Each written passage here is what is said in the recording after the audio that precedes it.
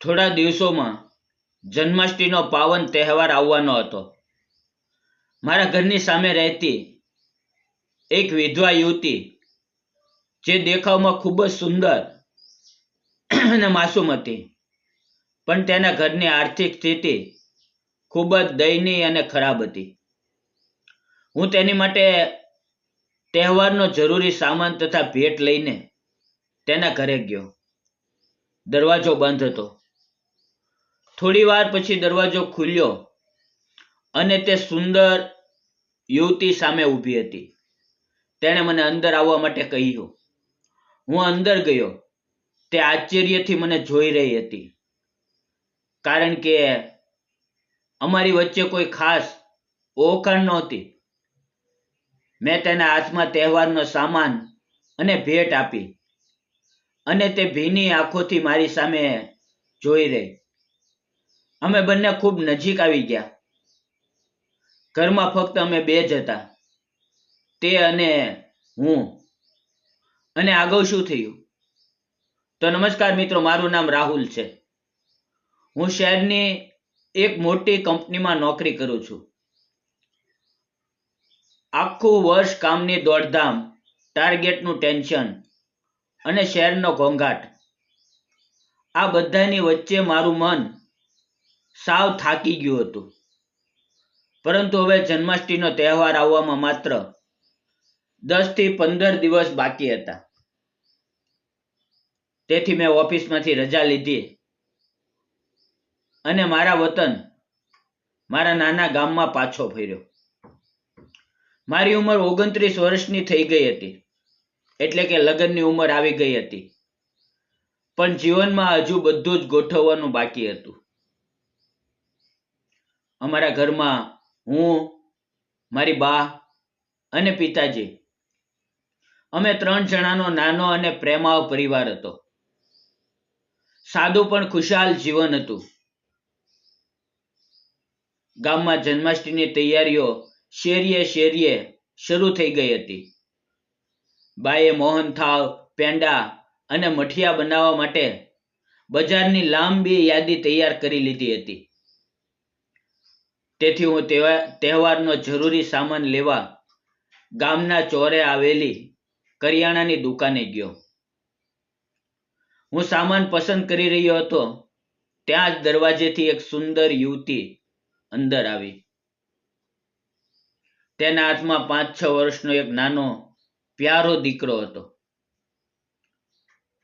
બંનેના ચહેરા પર ગજબની સાદગી હતી, પણ તે સાદગીમાં પણ એક અનોખી સુંદરતા અને સાથે સાથે ગરીબીનું દર્દ છુપાયેલું હતું.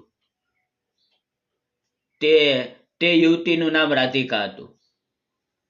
તેનો દીકરો દુકાનમાં લટકતી કાનુડાની નાની પીળી વાંસળી અને મુંગટ તરફ આશાભરી નજરે જોઈ રહ્યો હતો. પરંતુ રાધિકાએ પોતાના પાલોમાંથી થોડા સિક્કા ગણીને માત્ર થોડોક લોટ અને મીઠું લીધું અને નીચી નજરે ત્યાંથી નીકળી ગઈ. તે ક્ષણે મારા મનમાં એક અજીબ લાગણી જાગી. મેં દુકાનમાંથી મીઠાઈઓ લીધી અને સાથે સાથે બાજુની કાપડની દુકાને જઈને તે બાળકના માપનો સુંદર પીળો કાનુડાનો વાઘો, મોરપંખ, વાંસળી અને રાધિકા માટે 2 સુંદર લાલ બોર્ડર વાળી સાડીઓ ખરીદી લીધી. જ્યારે હું તેની નાની ઝૂંપડી પાસે પહોંચ્યો, ત્યારે દરવાજો અડધો ખુલ્લો હતો. બહાર કોઈ નહોતું. તેથી મેં ધીમેથી કહ્યું, કોઈ છે ઘરમાં? થોડી વાર પછી રાધિકા બહાર આવી. તેના ચહેરા પર થાક અને ઉદાસી હતી, પણ મને જોઈને એક હળવું સ્મિત પણ આપ્યું. એ મારી પાછળ થેલી છુપાવી રાખી હતી. તે બોલી, આવો ને, અંદર આવો. હું અંદર ગયો. ઘરમાં એક અજીબ સન્નાટો હતો. તેણે જૂની સાદી સુતરાઉ સાડી પહેરી હતી, પણ તેની કુદરતી સુંદરતા તે જૂના વસ્ત્રમાં પણ ઝળહળતી હતી. હું તેની સામે જોતા બોલ્યો, રાધિકા. રાધિકા આજે તારા અને તારા દીકરા માટે કંઈક લાવ્યો છું. તે થોડી ચોંકીને હસી અને બોલી, અમારા માટે? શું નવું લાવ્યા છો? મેં તેની સામે થેલી મૂકીને કહ્યું, જાતે જ ખોલીને જોઈ લે. તેણે ધ્રુજતા હાથે ધીમે ધીમે થેલી ખોલી. તેમાં તેના દીકરા માટે કાનુડાનો સુંદર વાઘો, રમકડા અને પોતાના માટે 2 નવી સાડીઓ જોઈને તેની આંખોમાંથી આંસુઓની ધારા વહેવા લાગી. તે કાપતા અવાજે બોલી, રાહુલ, રાહુલ, આ બધું મારા માટે? આટલા વર્ષોમાં કોઈ અમારી સામે જોયું પણ નથી. તેનું ગળું રૂંધાઈ ગયું અને તે ધ્રુજકે ધ્રુજકે રડવા લાગી. હું આગળ વધ્યો અને મારા હાથે તેના ગાલ પરથી આંસુ લૂછ્યા. તેનું રડવું મારાથી બિલકુલ જોવાતું નહોતું. તે પછી મારા ખંભે માથું મૂકીને ફૂટી ફૂટીને રડવા લાગી. તેના વર્ષોના વિધવાપણાની વેદના, એકલતા અને સંઘર્ષનો ભાર જાણે મારા દિલમાં ઉતરી આવ્યો. થોડી વાર પછી તે શાંત થઈ. તે ક્ષણે મેં તેનો હાથ પકડીને કહ્યું, રાધિકા, રાધિકા, મને તું ખૂબ ગમે છે. હું તારી સાથે સાચો અને પવિત્ર પ્રેમ કરું છું. હું તારી સાથે લગ્ન કરવા માંગુ છું. હું તને અને તારા દીકરાને મારી જિંદગીનું સર્વોચ્ચ બનાવીને હંમેશા ખુશ રાખીશ. તે આશ્ચર્યથી મારી સામે જોઈ રહી. તેની આંખોમાં ફરીથી આંસુ આવ્યા, પણ આ વખતે તે ખુશી અને રાહતના આંસુ હતા. તે ગભરાતા અવાજે બોલી, રાહુલ, રાહુલ, શું તારા માતા પિતા મને સ્વીકારશે? હું એક વિધવા સ્ત્રી છું અને મારી ગોદમાં એક બાળક પણ છે. સમાજ શું કહેશે? મેં તેનો હાથ મજબૂતીથી પકડીને કહ્યું, મારી બા અને પિતાજીનું દિલ ખૂબ મોટું છે. તેઓ મને અને મારી લાગણીને જરૂર સમજશે. મને ફક્ત તારું અને તારા બાળકના જીવનનું સુખ જોઈએ છે. ત્યાં જ તેનો નાનો દીકરો દોડતો દોડતો ઘરમાં આવ્યો. રાધિકાએ તેને તરત જ તે પીળા કાનુડાનો ડ્રેસ અને માથે મોરપંખ પહેરાવ્યો. હાથમાં વાસળી પકડીને તે સાચે જ સાક્ષાત નાનો બાલ ગોપાલ જેવો પ્યારો લાગતો હતો. મેં હસીને કહ્યું, રાધિકા, હવે તું પણ આ નવી સાડી પહેરી લે ને. મારે જોવું છે કે તું કેવી લાગે છે. તે થોડી શરમાઈ ગઈ અને ધીમા પગલે બીજા રૂમમાં ગઈ. થોડીક વાર પછી જ્યારે તે બહાર આવી તો હું તેને જોઈને દંગ જ રહી ગયો. તેના શરીર પર તે લાલ બોર્ડરવાળી સુંદર સાડી હતી. કપાળે નાની ચાંદલી, ખુલ્લા વાળ અને ચહેરા પર એવું તેજસ્વી સ્મિત હતું જે તહેવારના હજારો દીવા કરતાં પણ વધુ રોશન હતું. મારું મન અસીમ ખુશીઓથી ભરાઈ ગયું. હું તેની પાસે ગયો, તેના દીકરાને વહાલથી તેડી લીધો અને રાધિકાને ગળે લગાવી. તે પળ એવી હતી જાણે આખી દુનિયા ત્યાં જ થંભી ગઈ હોય. એક વિધવાના અંધકારમય જીવનમાં ફરી ઉજાસ, પ્રેમ અને સાચું અપનાપણું પાછું આવી ગયું.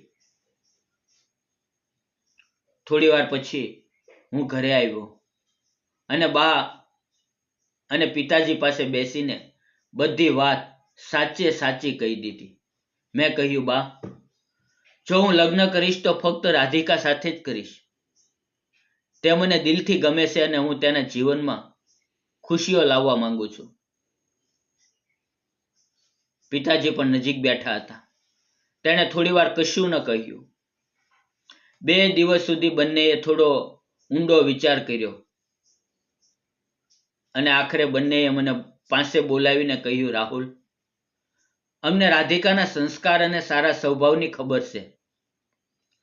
જો તને તેની સાથે સાચો પ્રેમ છે અને તું કોઈનું જીવન સુધારી શકતો હોય તો અમને આ સંબંધથી કોઈ જ વાંધો નથી. અને આ રીતે થોડા જ દિવસમાં ગામના મંદિરે સાદગીપૂર્વક મારા અને રાધિકાના લગ્ન થઈ ગયા. મિત્રો, તે જન્માષ્ટમીએ અમારા જીવનમાં સાચી ખુશીઓ અને ઉજાસ લાવી દીધો. અમે ત્રણેય મળીને પ્રેમ, સન્માન અને આનંદથી ભરેલો એક નવો સંસાર શરૂ કર્યો. મિત્રો, હવે તમે જ કહો, શું મેં રાધિકા સાથે લગ્ન કરીને સાચું કર્યું કે ખોટું? તમારો જવાબ ચોક્કસ નીચે કોમેન્ટ બોક્સમાં લખીને જણાવજો. મિત્રો, સાચો પ્રેમ ક્યારેય ચહેરો, પૈસા, જાતિ કે ભૂતકાળની મજબૂરી જોતો નથી. તે ફક્ત સામેવાળાનું સાચું દિલ જુએ છે. રાહુલે રાધિકાનું દર્દ, તેનો સંઘર્ષ અને તેની માસુમિયત જોઈ અને સમાજના જૂના રિવાજોને બાજુ પર મૂકીને તેને અપનાવી. તેણે તેના જીવનમાં ફરી ખુશીઓ અને ઉજાસ ભર્યો. આથી આપણે પણ શીખવું જોઈએ કે પ્રેમ એ ફક્ત સંબંધ નથી, પણ કોઈના અંધકારમય જીવનમાં આશા અને ખુશીનો દીવો પ્રગટાવવાનું એક પવિત્ર કારણ છે. અસલી તહેવારનો અર્થ માત્ર દેખાડો નથી, પણ કોઈ દુઃખી વ્યક્તિના ચહેરા પર સાચું સ્મિત લાવવાનો છે. જો તમને મારી અને રાધિકાની આ સાચી પ્રેમ કથા ગમી હોય તો આ વાર્તાને લાઈક કરો, શેર કરો અને અમારી ચેનલને સબસ્ક્રાઇબ કરવાનું બિલકુલ ન ભૂલતા. અને હા મિત્રો, જો તમે આ વાર્તા તહેવારના દિવસે સાંભળી રહ્યા હોવ તો તમને અને તમારા સમગ્ર પરિવારને તહેવારની હાર્દિક શુભેચ્છાઓ. ફરી મળશું આવતીકાલે એક નવી સુંદર વાર્તા સાથે. ત્યાં સુધી આવજો અને તમે તમારું ધ્યાન રાખજો. ખૂબ ખૂબ ધન્યવાદ મિત્રો. ફરી મળશું. ત્યાં સુધી આવજો. જય હિન્દ, જય ભારત.